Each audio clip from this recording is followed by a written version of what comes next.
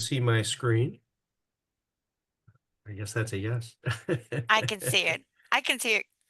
Thank you very much. You're welcome. So, we had a discussion several weeks ago about networking events, and some of you have heard about these networking events in the Twin Cities areas or other areas. They're really wonderful. There are opportunities to go and meet lots of people in a short period of time. So I thought I would cover a little bit about that, how to approach them, because they can be a little bit daunting, and how to get something out of them. Now, I'm going to preface this by saying this is my opinion. So it's like any other advice, right? Everybody's got advice. So my name's Christian Smith. I am an operations powerhouse here in the Twin Cities. I'm an Army veteran. I'm a father and of grown children. I am on the west side of Minneapolis, and my background and my future is in operations in manufacturing and logistics. I do turnarounds. I help companies solve those big problems, anything from integrations to acquisitions, expansions, and even consolidations. So just a little bit about myself. So I'm going to start this off with a quiz. Everybody can kind of participate. You could probably put your emojis up there. Um, what's the best method to transition to a new career? I've got three categories here. Number one is answer postings. So LinkedIn, Monster, Indeed, you see those, you apply. What do you think? Is that the best way to go? Give me a thumbs up if you do. Not a lot, right? Recruiters, actually, they might be a little bit better, right? They're out there to try to match people with jobs, but keep in mind they have clients that they're trying to fill positions for. They're not necessarily looking for you as a job seeker, but they connect people. That's not a bad way to go. And of course, my favorite is networking. Yes, thank you for the thumbs up. Networking is considered to be the best method finding that new position. Over 85% of jobs are filled by networking, according to my research assistant, Google. So that it may not be completely accurate, because I can understand how that's a pretty general number, but it gives you the idea. It's probably the best way to go out there and get people. So I was thinking about this. I was thinking, okay, what kind of networking things are we talking about, and what are we going to talk about here? Well, sometimes we have virtual networking. It could be in a group or individual, or we could do in-person networking. Of those two, I'm going to talk about a little bit about in-person networking. We can go to a group event, or we can have a one-on-one event. So actually, I'm going to talk about the group event, but essentially what I'm talking about is how to get to that one-on-one. And the last one, those group events typically can be professional or educational. Maybe it's a marketing group event. You're going to learn about some sort of marketing topic. And then afterwards or before, you get an opportunity to network with people, or it could just be social. There are a number of events where you'll go and they'll give you a name tag and let you loose, and it's like a big dating event. So those two types of events are really what I'm focusing on. So I think it's really important, and I'd love some feedback if anybody wanted to chime in here, to know what your goals are for network event. And I was looking at this. The most important thing is to get connections, right? You're going to go to a group, more than 2 or 3 people, might even be 100, 150 people. What are you going to get out of it? Well, hopefully you'll get some connections out of that. You're not looking for a job. So this was brought up a couple times in discussion. You don't walk in and say, hi, my name is, and I am looking to do this for somebody here, help me out. That's not what you're there for. You're just there to make those connections. You want to identify your ideal connections. So I've been doing a little bit of research on this, and from my own experience, you can identify who is most likely to be able to help you in that next role. That might be somebody who's currently in that role. That's a good connection to have. Not only are they in the role, but they understand it and they know other people in those roles. That can be very helpful to you. Another group might be somebody who could be hiring into that role. So it could be a hiring manager, or it could be maybe somebody in your HR space who's looking for talent. But you want to make those ideal connections, hopefully.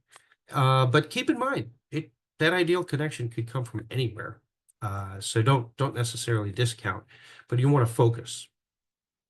You also, during these events, you want to come up with something that you want to discuss later, some common interest that you have with that other person.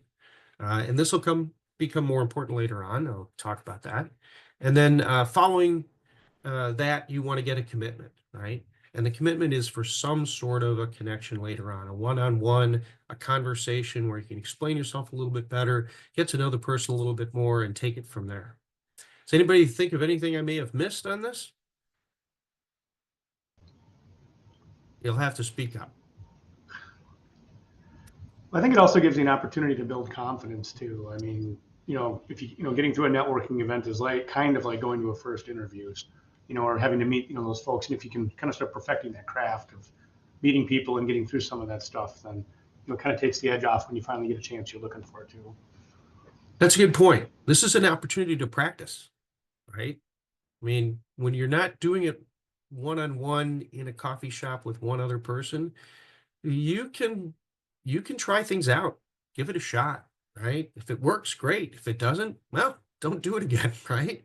It's 100 people to choose from. Have a little bit of fun with it. No, that's a good point. Anything else? Anybody? I Okay. think, Christian, if you Yeah. wanted to go back to that, I think something that something that is important to me, I think in a lot of these events is listening to what other people are talking about at those events in terms of, what is a hot topic or learning about something so that I can take it back for myself, right? Because networking is a means for self-improvement, right? In Oh, that's a addition, good one. in addition to it's not always about what can I get out of other people, but what can I do for self-improvement, right? That's a good point, and you kind of alluded to this too. What can you do for other people? I started learning a little bit more about AI during some networking events, so I started learning about AI myself. And the next thing you know, somebody was asking me a question, I had an answer. I mean, I was able to help them out. No, that's good. It's almost like gathering intelligence. So I don't know if anybody here is from the intelligence gathering community, but I briefly had some time in that kind of an arena. And really, you're out there to listen and get more information. Excellent point. So a couple things I can add to this slide. Anybody else? Okay. So what's the problem we run into? And this is what we discussed a few weeks back when I said I was going to these big networking events. Well, they can be scary, right? 100 people, you don't know anybody, right? Or very few. First time, you probably don't know anybody. They can be overwhelming. If you've ever been to one of these events where there really are 150 people in a brewery or something like that, it's loud. People are constantly gripping and grinning. It's a little overwhelming. It can be difficult for people, especially if you're introverted. And it's interesting. I've been in a couple of groups where we've said how many people are introverts, and almost everybody raises their hand because to some extent we all have an introverted side, right? And during these events, that tends to come out. So I have a question: is anybody here thought about going to one of these large events, and then at the last minute they came up with an excuse? Oh, I was going to go, but I had to do my laundry. Or I was going to go, but I really don't know anybody there. Those are just symptoms of the same thing. It gets hard. I don't know anybody. Whoops. Flipping around there. Where do I start? Here's a good one. I mean, who do I talk to first? I think one of the biggest things to think about when you go into one of these events, though, is you're just there to meet people, and they're there to meet people. So it's not as difficult as it seems to begin with. Sometimes it's just getting out there to do it is the important thing. So I came up with a solution. Uh, we friend and I, we called it being wingman, right? Or wing woman or whatever you want to call it, wing person, right? It's kind of a team approach, right? If it's hard to do by yourself, it's a lot easier to do as a team. So go out there and do it as a team. And you don't have to know the other person all that well. As a matter of fact, this is a great way to learn about somebody else. So a good question. Now, how do you become a wingman, or how does somebody become a wingman for you? A couple things that I kind of jotted down, and I'm open to some other suggestions. But one is kind of understand who you're introducing. This is, by the way, not critical. I've introduced people, and just because I met them just then and didn't know much about them, and I made things up and we laughed about it. You know, I was making a joke about it, but it would be nice, you know, to introduce somebody in a way that somebody else would be interested, right? So, what do you think is interesting to somebody else? Uh, what does this person that you're introducing, what do they want the other person to know? So a couple things to think about beforehand and prep for. Maybe just beforehand, you say, hey, tell me one interesting thing about yourself, and then what are you really good at? One thing. That's all I'm going to remember anyway. So give me those two information things, and we'll just go in and introduce you. Here's an example. I want to introduce Edward. He's a shoe guy, and he knows everything about quality. Everything you want to know about setting up clean rooms, he's your man. By the way, this is a person, and this is the way I introduced him once. And he is a shoe guy. Interestingly enough, he'll walk in, he'll look at it, and it's for guys' shoes. Okay, let's be honest here. He's not creepy, but he'll look at a guy's shoes and he'll be like, "Those are really nice Edmund Allen's. You know, I like the way you have the broguing on that. It speaks to a sort of a professional looking shoe." And it's surprising how many people, and I was one of them, respond well to that. Oh, hey, I never really thought about my shoes, but thank you very much. I appreciate that. Or you'd be surprised how many other guys are shoe guys too. So something of interest for both parties. So that's one thing that I think would be a good thing. The next one I have is choose the right person to introduce them to. Again, these are suggestions. These are not critical, okay? But is there an ideal connection? And like I mentioned before, an ideal connection could be somebody who's already in the job that person's kind of looking for, right? Maybe you want to be a marketing manager and you run into another marketing manager. That would be great. Or maybe it's a company they're interested in.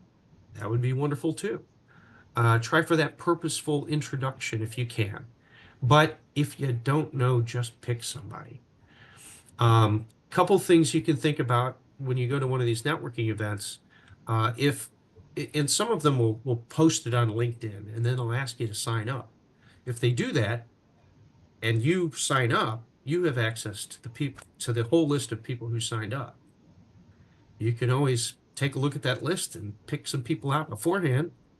You never know if they're going to be there, and you can run into them. If you want to be proactive, you can actually reach out to them on LinkedIn before the event and say, hey, I'm going to be at the event too. I saw your name. I'd love to connect. You know, if you get there and you don't see me, here's my phone number. Ping me. That's something somebody recommended to me recently, and I'm going to give it a try, right? It's a good way to get those purposeful connections, but again, it is not critical. You want to get connections. So walk in the door, introduce yourself, see how it goes. Have your wingman introduce you, that sort of thing. And then the third thing, as a wingman, what you want to do is you want to facilitate the conversation. So you've made a little quick introduction, and then maybe an open-ended question, getting them to talk about things. I have a good friend. Actually, I'm going to go a little bit away from this slide. I'm going to say I have a good friend who his name's Joe, and he would make cookies and enter them in the state fair and win prizes. That's a great open-ended question. I could introduce you and I could say, hey, this is Joe. He makes award-winning cookies. Do you like cookies? Hey, yes or no, it doesn't really matter what the answer is. You've started the conversation. So those are some three things oops, I'm sorry, I have one more that I have for the wingman. The last one is step back or walk away.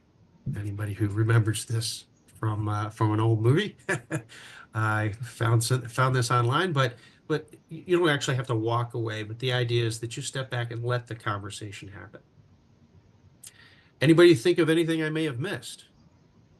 You're introducing people pretty straightforward. The nice thing is that if this is a scary thing for you, introducing yourself and other people to people you don't know, it's great because you get their attention just briefly enough to introduce the other person and then shift the attention completely away from you. Nothing could be easier. And once you get good at that, they can do the same thing for you. Once you get good at that, it kind of flows. Any comments? Anything I may have missed? All right. Well, I think it's interesting, Christian, because as you went through this, I can think of two things particularly with veterans or military members. Is normally when you go to an event, you can always talk about the same things. What stations were you at? There's like this 20 questions of common stuff that military members, regardless of branch, can talk about. And so when you walk into a networking event and you don't know if there's any veterans there, you're right. I mean, if this is new, you have no idea who you're talking to. Nobody's wearing a name tape the way you'd be used to. You can't look at patches on the uniform and make conversation. So yeah, it is scary, I suppose. So yeah, having a wingman or a battle buddy would be, it's kind of how we roll anyway. So I think that's good advice. It's a very comfortable place to be. Well, thank you. I think it is. And by the way, I'm telling you that I tested it. It works. I have a lot of fun. Now I have three people that we do the same thing with. We do it. It's more of a game, right? How many people can we introduce each other to, and how close can we get to what we're looking for, right? So I'm looking for somebody in operations, and the other person's looking for somebody in a commercial role. How can we get there? I can think of, I'm sorry. Go ahead, Christian. Then I was going to say something to Travis. Go ahead. Oh, so I was going to say that as a wingman, now you've introduced somebody, you know how that goes. Then now shifting gears, you've been introduced, now you're in the spotlight. So what are the couple things to think about while you're in the spotlight? And I'll go through this relatively quickly because this is relatively straightforward. But I think one of the main things you want to do is just introduce yourself, but you have to be brief. A couple of really just general overview type of things that you're good at. My tagline is that I'm an operations powerhouse. I'm a veteran. I might just mention those two things. I do not have to talk about my resume. In fact, don't talk about your resume. Hopefully, later on, somebody will ask you about your history and you can give them that information. But that's down the road. Start off with a couple of brief things about yourself. I say focus forward because that's what you can do for them or for the next employer or for somebody they know, right? I help turn around companies, right? That's something I can do for you. If you have problems with your organization and you bring me in, I can fix that. And I'm not saying that that you want to pitch yourself really deeply, but be focused forward, right? Don't start off with I have done this. Okay, I'm assuming that if you have done it before, you can do it again. That's great. But what can you do for me now? That's really what you want to go for. So if you can, focus forward. And whatever you use, keep it short. Story might help. I put down star stories. I think those are a little long for something like this. So if you're going to do a star story, you might just want to say something like the situation and the results, right?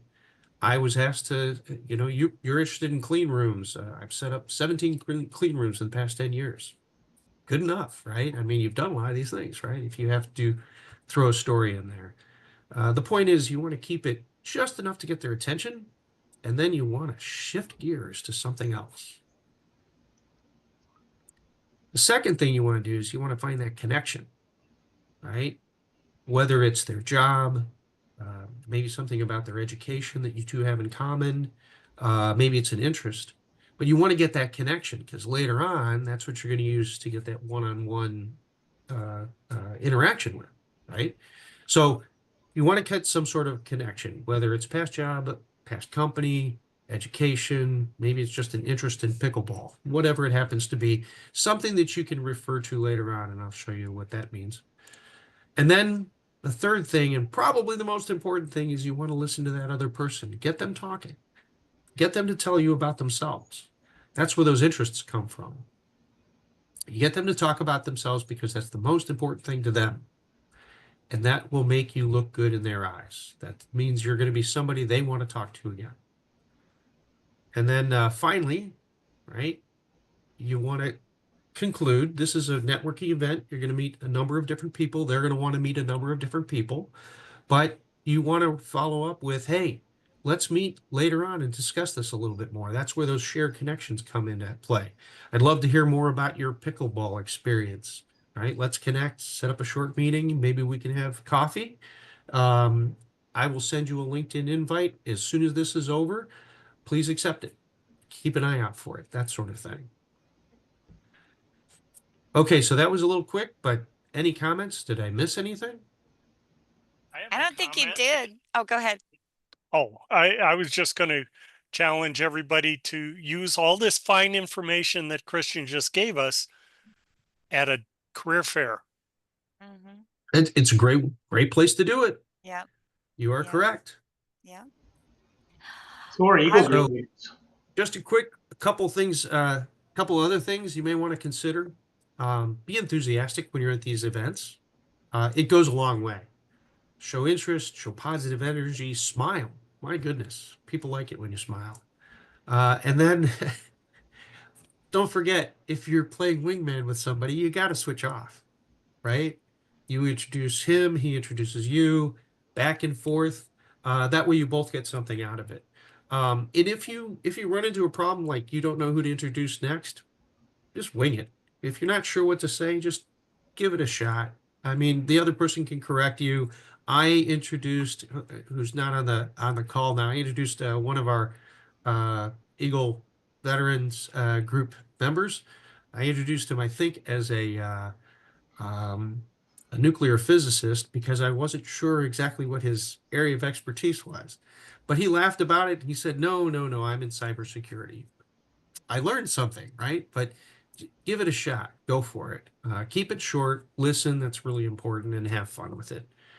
All these events can be a lot of fun, and frankly, it's good to get out from behind your computer. These are Yeah, great things to do. that's for sure. All right, that's all I've got. Thank you very much. Great presentation, Kristen. No, thank you. You're welcome. So, Travis, I wanted to reply to you. You were talking about something about meeting veterans at a networking event or looking for veterans.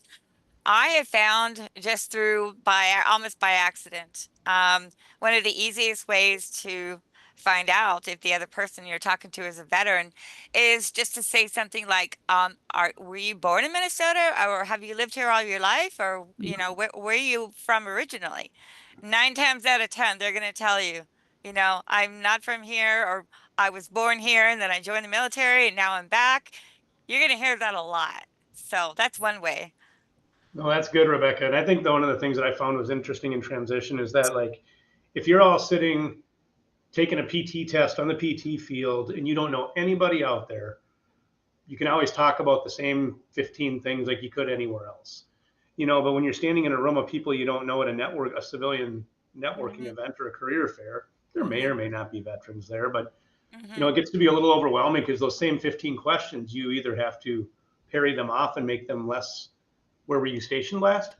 Or, Right. or, so it gets to be a little more daunting because you actually have to meet people and engage them on their level. Because with the military, it's super easy. We could all ask each other the same 10 questions, and the same 10 questions we've been asked every time.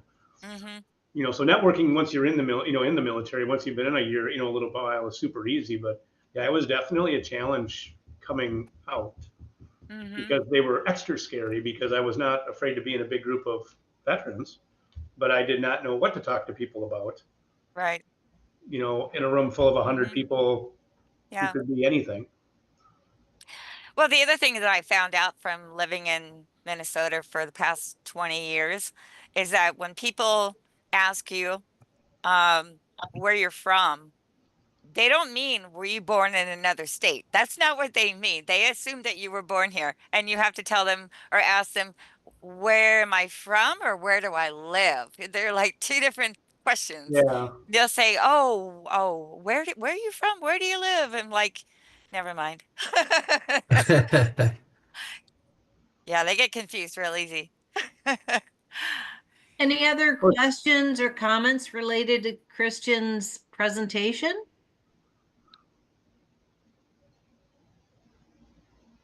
I think Oh, so. yeah.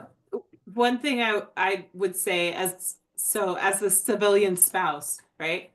And I've had to do networking as a civilian for a really long time, right? And everyone's nervous when they go into that room, whether they're a veteran or not. And it is about connection, right? And so just like you're saying, Christian, having like that battle buddy and just going up to someone and being kind is the thing that can put, make a stranger a friend, who can make a friend an ally, and can change everything for you, and one instance that I'd love to share from my personal experiences. I was part of the Military Spouse of the Year program, and I felt very underqualified. I had been helping people, right? I just helped people. I didn't know why I was there, right? And I was in DC, and I purposely sat at a table in the back, and someone came and they didn't have childcare and they were holding their baby, right? And like the baby was fussing, and I just grabbed the baby, right? And you just go to the back of the room and you hold the baby, and walk the baby and you calm the baby down, because that's what you would want someone to do for you, right? And she got to sit there in peace, and she got to experience this thing, and it calmed my nerves because I could get up and walk, right? And whatever. And the next thing I know, Cheryl Mason walked up to me. And I don't know if you guys know who Sherry Mason is, but she works for the Department of Veteran Affairs. And she is a military spouse, and she is a huge advocate for military families. And from that day forward, every event I went to in DC, Sherry Mason came up and she looked for me. Not me looking for Sherry Mason. Sherry Mason looked for me, right? A little girl from the Iron Range in Minnesota. Sherry Mason was looking for me. And so like it changes the world. So it's like, it's where's Waldo, where's Sherry, right? And you cheer each other on. And all it is taking care of the person next to you, right? That's really cool. That's so And cool, you Katie. don't know who's going to change your life just by saying hello, or just by doing the one thing, that one next thing, right? Like you just showing up, Christian, right? Is Could lead to the thing that changes the trajectory for your life and your family's life, or whatever else. And you all already showed up, right? Tenfold by serving our country, right? Like that's the kind of thing that you have to remember, is that like you show up day in and day out, and now that service doesn't stop, right? And people will recognize that because you do it in the little things every day. It's just that it's not amplified the same way because you don't have a structure, right? To say these badges mean this is what I did. And somebody can recognize that when they shake your hand or they see your name badge or something like that. So like Christian, when you say like, this is my friend and he makes amazing cookies. Yeah, do that for your people, right? Like, yeah, Mike's a really great dad. And like, he got a promotion at the place that he works at because he knows what he's doing, right? And he mentors Yeah. people. And like, Christian's really good at like this networking thing, and he taught so and so how to do this. And like Travis is really good at this thing, and he's really passionate about mentoring, right? Like if you need a mentor, Travis is your guy. And Brad, he can tell you like how to get this stuff in your head figured out, right? Like Renee, she's got, like you probably have a list of things that you see every day about people. That's already there. You give the badges, right? That's how it works. So we just Yeah, gotta it lean was in. a little easier when you had the badges on your uniform. It is, right? Yeah. Because you lean in. This is something too. I don't know if you guys know, what is her name? I can't think of her name right now. Off the top of my head. She's this really petite woman and she works for Hiring Our Heroes. But she is a powerhouse and she used to work for Rosemary Williams. She is like all of 5 foot tall, okay? And this woman can clear any man in the room. And she's like, she was reminding us about the purpose of name badges, right? And like where they belong. And you realize that when you shake someone's hand, what happens?